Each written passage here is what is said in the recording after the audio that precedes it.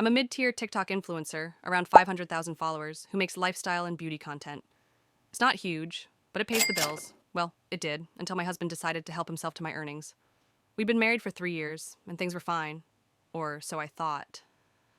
Then, I noticed weird withdrawals from our joint account. At first, I assumed it was bills or an emergency, but when $5,000 went missing in a week, I started digging. Turns out, my wonderful husband had been siphoning money into a secret account. Over 6 months, he stole $50,000, almost my entire savings from sponsorships and brand deals, my earnings. We'd been married for 3 years and things were fine, or so I thought. Then I noticed weird withdrawals from our joint account. At first, I assumed it was bills or an emergency, but when $5,000 went missing in a week, I started digging. Turns out my wonderful husband had been siphoning money into a secret account. Over 6 months, he stole $50,000, almost my entire savings from sponsorships and brand deals. I confronted him, and he actually had the audacity to say, "It's our money, babe. I just needed some space to think." Think about what? His sudden gambling addiction? The designer watches he'd been buying? The other woman he'd been taking on trips? Yeah, I found that out later. I was furious, but I played it cool.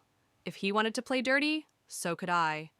First, I changed all my passwords, moved my money to a private account, and locked down my brand deals.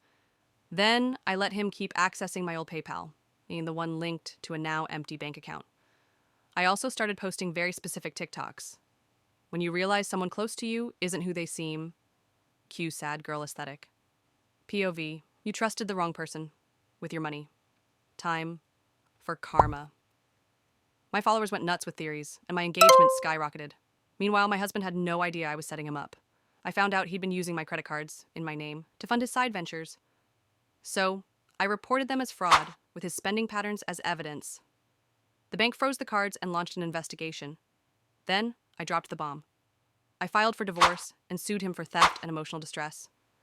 Since I had screenshots, receipts, and bank records, my lawyer said it was a slam dunk. Here's where it got spicy. I made a storytime TikTok series, how my husband stole $50,000 and how I got revenge. It went viral, like 5 million views in a day, viral. Brands DM'd me for collabs.